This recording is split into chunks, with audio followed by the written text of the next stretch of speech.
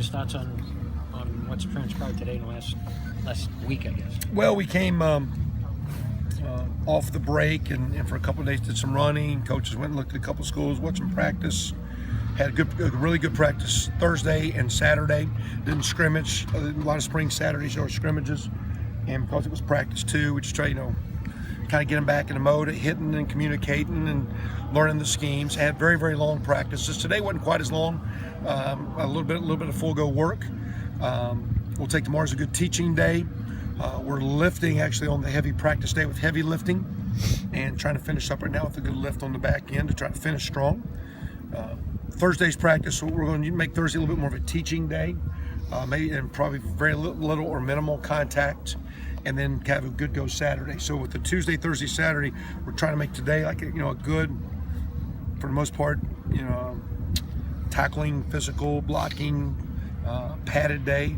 We'll make Thursday a little bit more of teaching, throwing, perimeter, not as much contact, and then we'll use Saturday. This Saturday will be our first real scrimmage. We've done some tackling and 11-on-11 in situations, but this will be a scrimmage, and we'll do that the following week, and then we'll wrap it up with the spring game. So, pretty good go. The guys are very much back into it. Thought Saturday was better than Thursday. Had some rust in us Thursday. Saturday was good. Really good go today. So, this was practice 7. So we're basically at the midpoint of spring ball. What do you see in terms of the quarterback situation? What's shaping up there? I know it's still early. Yeah, it's early. I mean, we're trying to. Did a little bit more today with Danny and Richard Lego getting the bulk of the work. I like Donovan and Austin, but as young guys, I just don't know if they're putting the time in they need to. And there's certain things we can't make them do. But it's kind of like that library's open. A lot of guys go over and study, and some guys go home. And as a quarterback, you got to get up to speed. And if we keep watering down the reps a lot, it kind of waters down our development. So based on what we've seen, and it's just more from command presence and what's going on right now, those guys got the bulk of the work. And that's the first day that's happened. And it was just kind of my decisions. Practice went like, hey, you got the ones, you got the twos. They went back and forth. They're inconsistent. Our defense is really doing a nice job and giving them some different looks that they're uncomfortable with. And that being said, they sometimes will make some plays, but very easily they're getting out of rhythm. And when you're practicing, you're on and off and on and off. So that position needs to get better. It's not we're not discouraged or disappointed, but it does need to get better. We had a recruit here this week, and I know some guys say, well, we must not like our quarterbacks. No, but we didn't even offer that recruit yet. So you can't, everybody speculates. Right now we're practicing, and the quarterbacks need to get better. I like them, but they need to get better. Richard can throw it.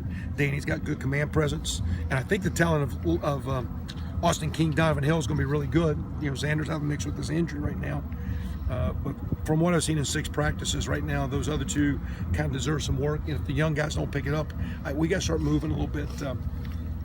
Being fair is one thing, but we can be so fair it actually hurts the team. There's a point in time where you got to make some decisions and get moving. We got to calculate that right too. So. Do you want to, at the end of spring practice, have a clear starting quarterback, or is it going to be a little more of a, here's where the depth chart is at this point going into fall ball kind of thing? I don't know. I'm not in a hurry. I think we have to have one. It'd be nice to have one, and we need more than one. I mean, there's been for example, this past year. You look at most teams and most years. Nate got sacked the fewest in the conference this year. He only got sacked 9 times himself, and we had the most plays and the most passing yards but fewest sacks. At the same time, he didn't make it through the year. And you go through the year before, he didn't make it through the year. So to me, we need more than one. Even though we need a starter, we need 2 that we can win with, if not 3. We're going to keep developing hard. I really like Austin and I like Donovan Hill and their talent. We got to keep developing, but we got to have 2 we can win with. And we'll see, and whichever one's the best can be the one, but we need 2 we can win with. And right now, Danny's been very, very competent because, again, he's just got a lot more time on task. Richard shows some things, but again, he's also, there's enough thinking and moving parts. He's not as good as he needs to be. So we're just going to keep pushing him and keep working. And fortunately for them, they, a couple of years ago, when Sudfeld got injured, we also were very marginal at receiver that year. We had lost Bolser and Kofi Hughes and Latimer. We were young and we were smaller.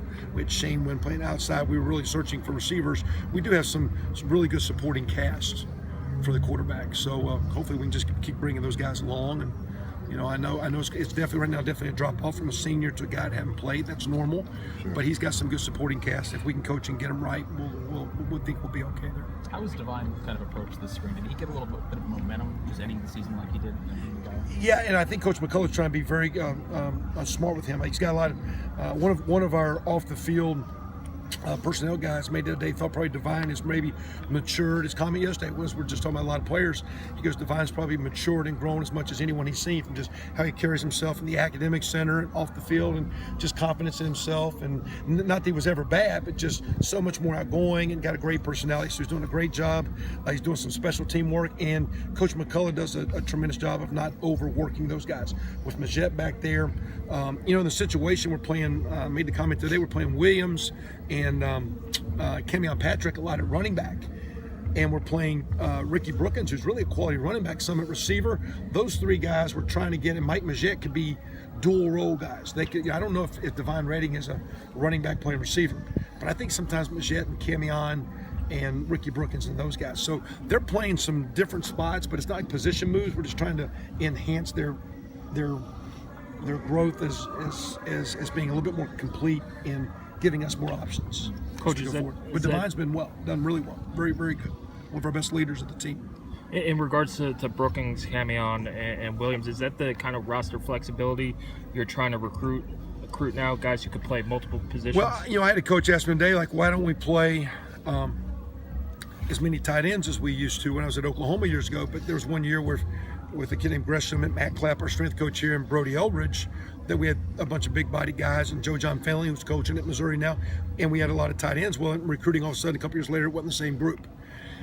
If you've got personnel that can go from running back to receiver, or from tight end to receiver, or from tight end to fullback, and you can move guys around with the no huddle, you can give defense different looks without substituting. If you have to substitute and put in little guys to throw the ball and big guys to run the ball, you kind of show your cards.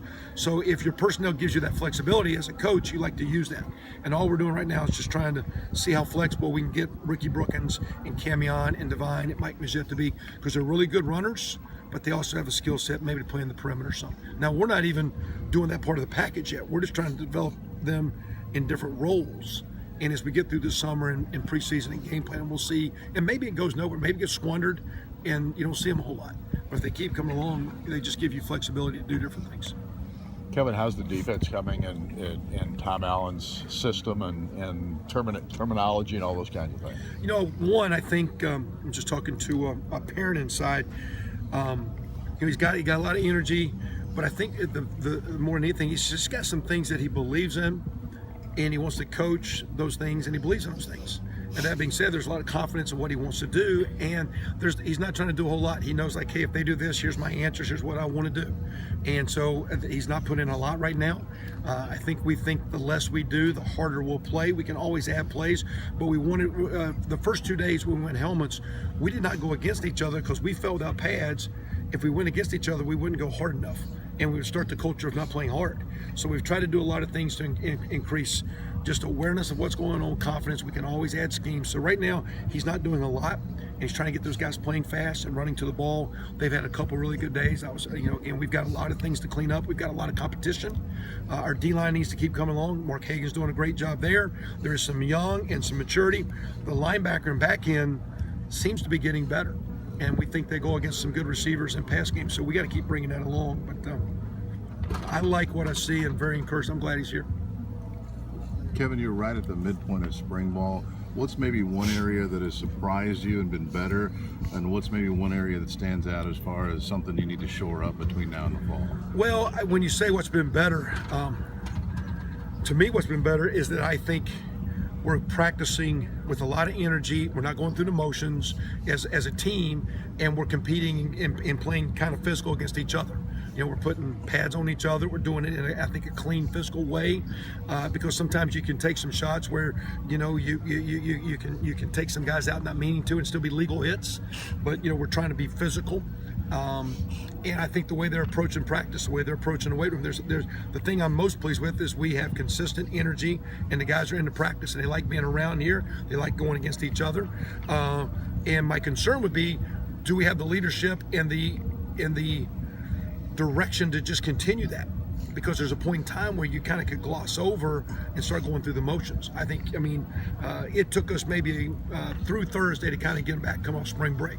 The winter, they brought in Coach Caden, had a great winter. That led in, I thought the first week of spring was awesome. I think coming off of spring break, we needed about 4 or 5 days, but I really loved what I saw Saturday, yesterday, and today. And I'm encouraged by what I'm seeing. I just hope they can just keep it going, because that's what good teams do. They just keep chipping good days, and keep getting better, and it's incremental improvement. And I like that. I'm encouraged by that, and it'll be challenging to see, but it's not coach speak. Just good teams just kind of love practicing and love working and keep doing it. And I think our coaches are into it. I think the kids are buying it, and we'll see if we can keep that going. You mentioned it a little bit, but just how do you see Coach Hagan gelling with that D-line group? He's coached it for a long, long time, and several schools have been successful, so he's got some things he believes in. He's pretty confident in it. He's pretty assertive in it, and it's pretty consistent. Hey, here's what I want to see. Here's our drill work. Here's my coaching points.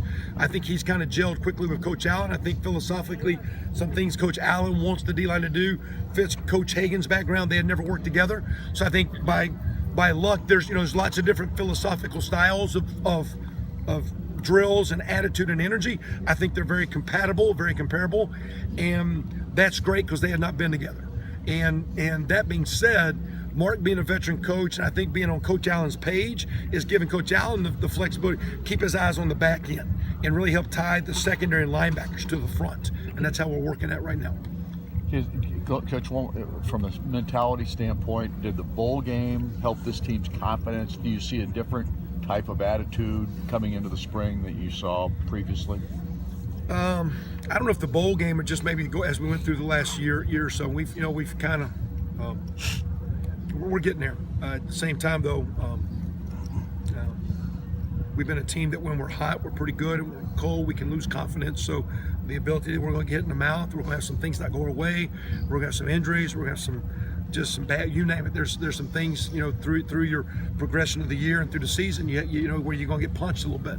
And I thought we saw a great deal, just from afar, and not really talking to Coach Crean, but just observing the basketball team. And you look at a lot of things they went through, yet with great leadership with Yogi and at 5 seniors, a lot of those old guys, and with Coach, and then the young guys embracing it, how they kind of battled and weathered through, and to win the conference by 2 games, and you get your rivals a couple times, and it wasn't easy. They had injuries, and they had some.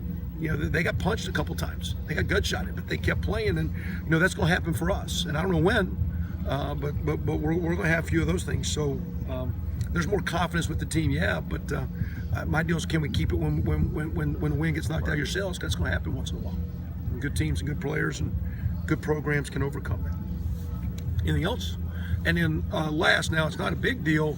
We'll get. I guess I'll put a statement there. But we in our staff, we did have an addition. One of our off the field coaches, Messingham, took a job. Courtney, who's a great golfer, by the way. Yeah. Had 8 birdies out there one day. Had 3 bogeys and shot 67. That's hard to do. Ooh. Yeah, I always had him as my partner.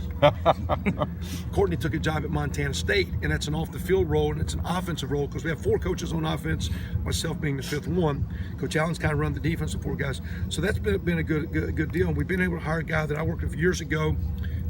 And a lot of times these roles are going to be 6-month, 1-year jobs. We're not paying as much, but the way the game's going, everybody's hiring all the off the field guys. We're bringing a guy in here. He started past week. His name's Sean Watson. He worked with me at Miami of Ohio years ago. Was the head coach at Southern Illinois. He is most recently was offense coordinator at Texas. Before that, he was offense coordinator at Louisville, coaching Teddy Bridgewater with Charlie. Before that, he was at Nebraska with Bo Pelini and Coach Callahan. Before that, he was at Colorado. So we go back years. He's a quarterback-oriented guy. He's an off the field, but that's a good quality hire. And I'll put out a statement about that you could add that. And we'll get something with Jeff here, and maybe you could add that for you, pop that out there with your stuff. But that was official last week, and we're excited to have Sean. And then the other thing, Billy Kosh has now been officially hired as our offensive quarterback, or our offensive GA. Matt Sims was at that position last year, took a job at South Carolina. Billy's dad, Chris Kosh, has coached about 30 years. I think right now he's I don't know where Chris is. He's been at South Carolina. He's at Richmond. He's been at South Carolina, Kansas State, coaching out Notre Dame. He's been a lot of places. So that's a coach's kid. So we've added 2 off our GA, Billy Kosh, COSH, and then Sean Watson, 2 off the field hires we've gotten. This day and age, a lot of guys, we're adding those support roles, and with the support administration, we've been able to do a few of those things. That's pretty good for us. What's Sean's role? It's our offensive quality control. It's the coaches that can do everything except coach the kids. So you can be a part of game plan, you can be a part of studying, you can help, but you can't physically instruct the kids. So it's that you have you can't recruit off campus, but that's no different than what Messingham's done and all that. So we're excited to have those guys with us. Okay, is that cool?